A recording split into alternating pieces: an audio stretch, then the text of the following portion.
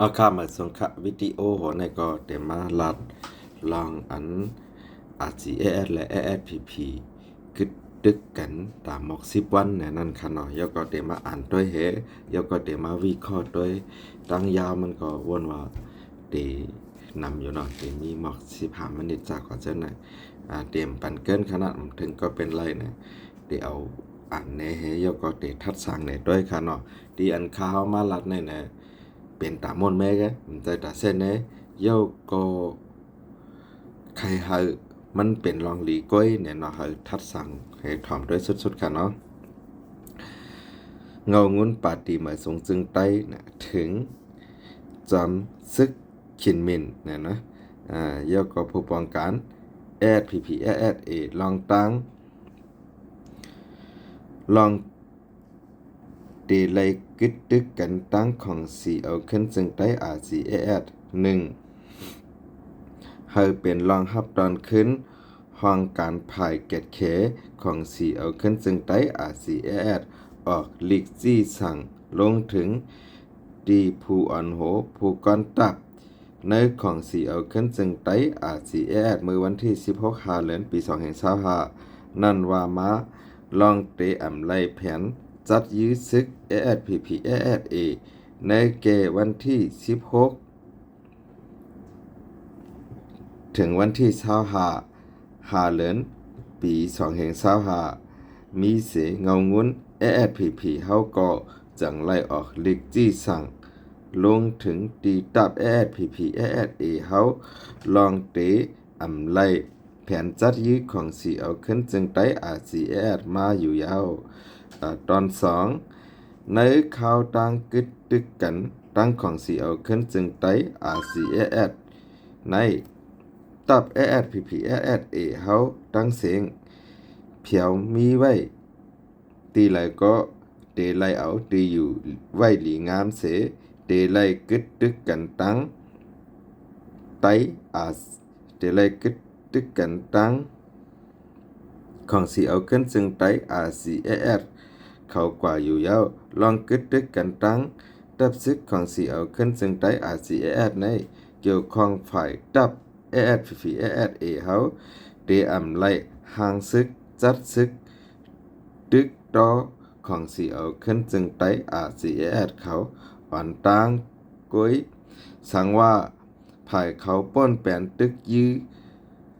มาจังมีส่วนไล่เกียรติเขตึกยื้อขึ้นอยู่ยาวตอน3ในข่าวทางกึดตึกกันในหนังหือเตอำไล่มีปัญหากันเสถึงจั่นขึ้นไล่ปึดยื้อตึกต่อกันนั้นตับซึก ASPP เฮาตั้งตับของสีเอาขึ้นจึงไต้ RCS เตอำไล่เข้าออกกว่ามาจูกันเตไล่อยู่ไว้ตีเผยตีมันก้วยอยู่ยาวตอน4ข้อที่สั่งเอางุ้นลองเตไล่กึดตึกกันตั้งของสีเอาขึ้นจึงไต้ RCS ในหนังหือผู้ป้องกันซึกเฮาเตจางซี่สั่งลงถึงตับ ASPP เฮาจับจอมเฮ็ดช่างจอมกว่าอำเถียงอำกาดนั่นจังไล่ตกหนายส่งถึงมาอยู่ยาวจอมลอยคอสั่งภายเหนือมีเสเนี่ยในผู้เซียนลายเซียนก็จอมหันใจเจาะผู้นำในหมาย1 ASPP นะคะเนาะพื้นเหมือน1ของสีเอาขึ้นจึงไต้ RCS 2ก็หอมสั่งจึงไต้ JAG นะคะนะ3ห้องลุ่มนะห้องลุ่มนะคะเนาะเด็กเขาเขียนผิดเท่าไหร่ก็การจึงคือกอลีในอันคามาอ่านในมันยำมีมาRCS ให้ ASPP ได้โปรแกรมหนึ่งก็พี่น้องเขาติดต้องค่ะเนาะเมื่อปี2015นั่นค่ะก่อนหน้า2015คือเจ้าใจสู้ออกมาลัดที่วัดหมายนั่นว่าเดี๋ยวซึกไปแต่พึกจอมกันให้มีลองมืดกื้อจำใจกันเนี่ยครับว่าเมื่อนั้นก็ออกเป็นภาพว่าของสีเอาขึ้นจึงใต้และดังปฏิมาทรงจึงใต้เต็มตึกยอกตึกต่อกันนะในเฮาคาก้นเมืองก็กันโจมค่ะเนาะแหลนเฮาเฮิมนั้นก็ขึ้นตึกยีกันแทง ตึกหนาเลยเก่าตึกดีลอยห้นค่ะเนาะมือไว้ในแต่มีดังเจ้าปองเคอเหอเจ้าตาอู้เนาะมากินเจ้าหลอกก็กันตั้งเนื้อซาปาลิเพเนาะเนื้อซาลาบนั่นแหตั้งปีอย่างแหนะมาลัดไถลงแคบหางเนาะมึงนั้นก็ตึกกันทางค่ะอันนี้ก็ขอลองเป็นโปรแกรมสองเนาะตึก10 วันก็เนี่ยใน10 วันในเนี่ยช่างว่าเอาตั้งไผ่ป้ายใจเฮาคาของสิเอาขึ้นจึงได้เลยปาเดมาสูงจึงได้เด็กกึดตึกกันน่ะมักคานวันมันเห็นได้กวนเมืองเด็กยินจอมจังค่ะยกตัวอย่าง10 วันในเนี่ยมือลูกดีเมืองไทยเหมือเมืองไทยตั้มไปขึ้นปอกมาทำพอเด็กขึ้นตึกกันเนาะกวนเมืองในเตลีใจตา10 วันก้อยห้าเนี่ยในก็อยู่ดีเฮาคาปอแม่คนเมืองก็มีลองใครถามถึงจังไหนก็กาสังว่าอุบโองบงี้กันข้าวยามปอดลูกดี10 วันแหได้เป็นกว่า10 ปี20 ปีก็เป็นไรเนี่ยสังว่าป้นกว่า10 วันยาวมีขอแถลงการเจ้าก็จังไหนเนี่ยเฮาคาปอแม่คนเมืองก็ยินจอมเนาะก็จึงหือกอลีเนี่ยอย่าเฮาพี่น้องไต้เฮาคาคนเมืองไต้เฮาคาย่าเหรียญเหมือนมือโปรแกรม1โปรแกรม2เลยค่ะนะอันเหรียญเฮาเนี่ยใจหล่อนค่ะนะเป็นภูมิจันทร์อันเฉยโคมเหมือนเฮาในแหตั้งห้องตั้งจานให้ยกแหลนคนเมืองว่าเฮาตึกดอกันนะเฮาห้อมโฮมกันก็เฮาอยู่ที่ไผที่มันก็เฮาเป็นอันเดียวกันซะขอเชิญหน่อยเนาะกับนั้นแหละจู้ใจเด้เปิ้นว่า3ปอกหลี4ปอกจ้าเนี่ยนะเนาะปอก1ก็แหลนเฮาคาพ่อแม่คนเมืองมาแล้วปอก2ก็แหลนเฮาคาพ่อแม่คนเมืองมาแล้วปอก3ได้เฮาคากังเจอคนเมืองเหตุใครย้อนถาม ASPP ASA อย่าไปให้เฮาคาคนเมืองยาแหลนแล้วขาเฮาสู่เจ้าตึกยี่พร้อมกันเลยก็หายาเปปันตั้งไม่จากปอแม่คนเมืองนะคะก็ตึกยื้อกันเสยต้าก็ยับตึกยื้อกันเสยต้าก็ยับเพราะสู่เจ้าตึกยื้อกันนะเจ็บเอาลูกปอแม่คนเมืองแห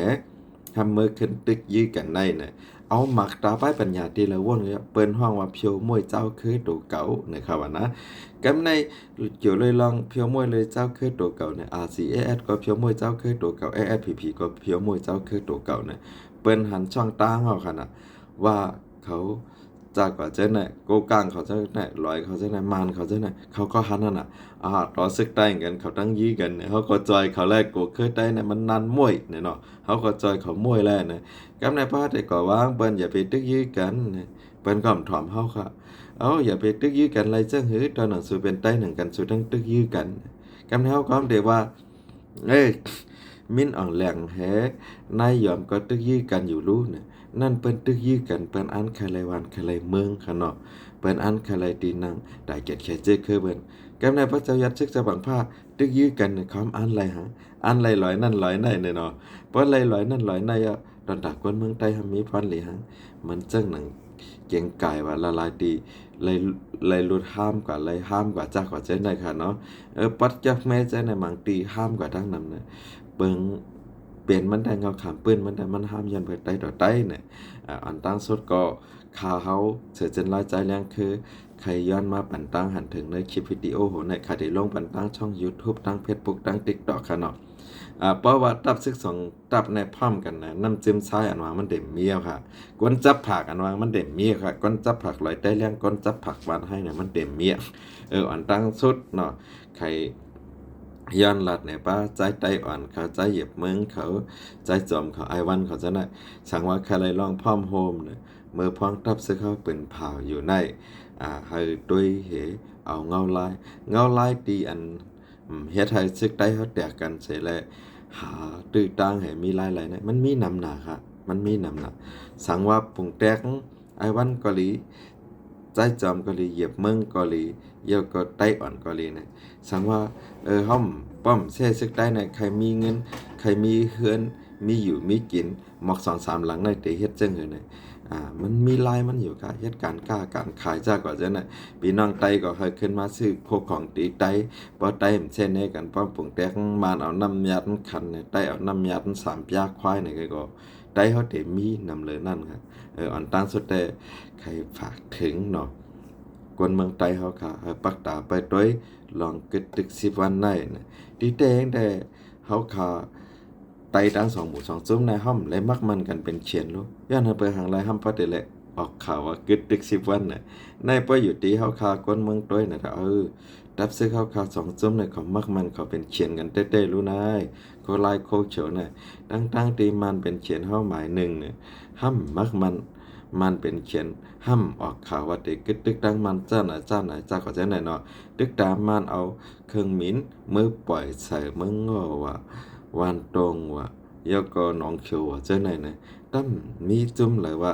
ป้าสู่เฮ็ดในดอกก้นเมืองเฮาตึกๆดีในมันมีตีไตเฮาอยู่เฮาก็เต็มยอมเฮาก็ได้ขึ้นเข้าปังตึกนะห้างยินจังไหนค่ะนะอำนั้นก็คนในเมืองใต้เฮาแลสัง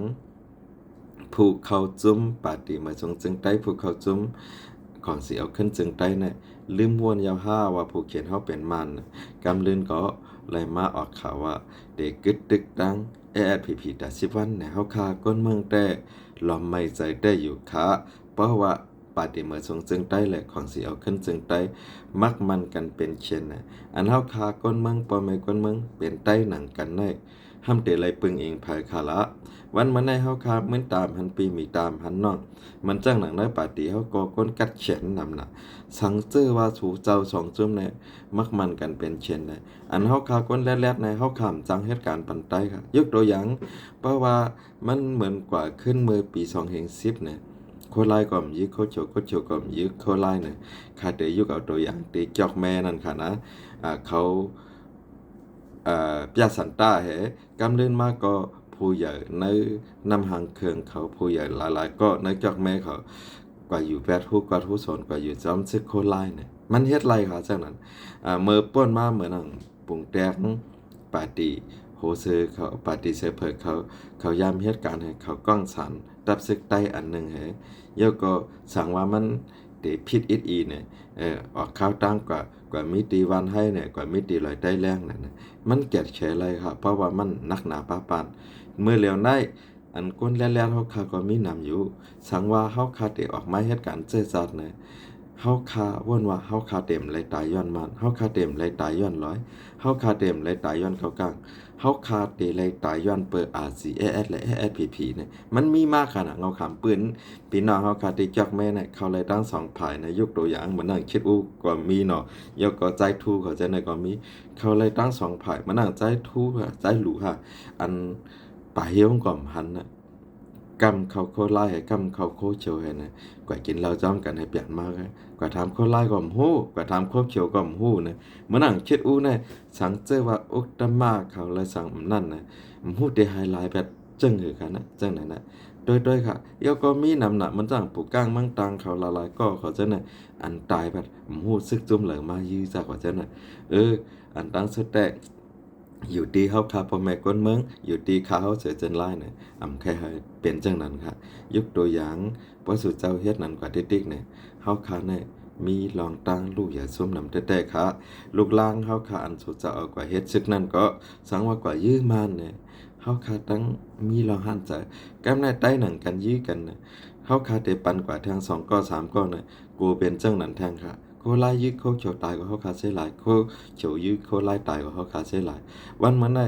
เฮาคาพี่น้องแคนต้องกันนะก้องกว่าเฮ็ดซึกโคไล่ก้องกว่าเฮ็ดซึกโคเขียวโคจำกันได้ฮู้ได้ย้อนสู้บันพะค่ะได้ย้อนสู้ปันให้โคเขียวเป้ก็โคไล่ก็เป็นลูกไม้ใต้ได้ย้อนสู้ปันให้โคไล่เป้ก็โคเขียวก็เป็นลูกไม้ใต้เนี่ยในเฮาคาหลียินเสียหลายต่างย่อก็เฮาคาหลียินอีหลูพ่อแม่คนเมืองแต่ๆค่ะวันมาในคนเมืองกัดแขนว่าอะไรค่ะนะคนเมืองในกัดแขนค่ะแหลนค่ะกล้าขายในไล่นำเลยเสียซึกค่ะเนาะเมื่อนั่งปุงแตกเมืองใต้ปัดปื้นในหมู่แจนำคำนั่นน่ะคนหมู่แจนำคำนั่นน่ะเขาเป็นใต้เขากล้าขายในเลย1ปีโหเหียงแสนค่ะคนเมืองใต้ปัดปื้นมันจังจอกแม่ว่าเมืองมีดว่าเมืองกูดว่าโยก็ลาเชียวนะเขากล้าขายเลย1ปีโหเหียงแสนค่ะก้อยกาวันเมื่อน่ะมันจังอย่างแต่มีเฮามีซึกก็ซึกเฮาหักเฮากลุ่มลำเพียวมวยกันเมื่อซึกเฮาเพียวมวยกันย่อมๆเนี่ยก็ร้อยซึกเทียนเขามาเพียวมวยเฮาซึกขังก็มาแปกินคนเมืองใต้เฮาซึกแต่กาซึกเปิ้นสองห้างฉีเน็กเด็กเด็กคนเมืองใต้เฮาย้อนไปซึกใต้เฮากลุ่มหย่องเมาอาณาอำนาจให้แหละล้ำเอากันตายล้ำเพียวมวยใส่ใจกันอยู่ในเนี่ยอยู่ที่เขาเสือจันลายใจแรงคือใครให้ลองอันตีกึดตึก 10 วันนะให้เป็นกว่า10 ปี20 ปีต่อปออายุชายใจผู้อยากก้นหลวงเขานั้นลูกหายตายกว่ารับรอยเงิน100ค้ำกว่าไหนใครมุมมองจังไหนครับเอาข่าวมาส่งข่าวจอยติดตามปัน Facebook YouTube TikTok เสือเจนไลน์อยากนำเจกับข่าวมาส่งครับ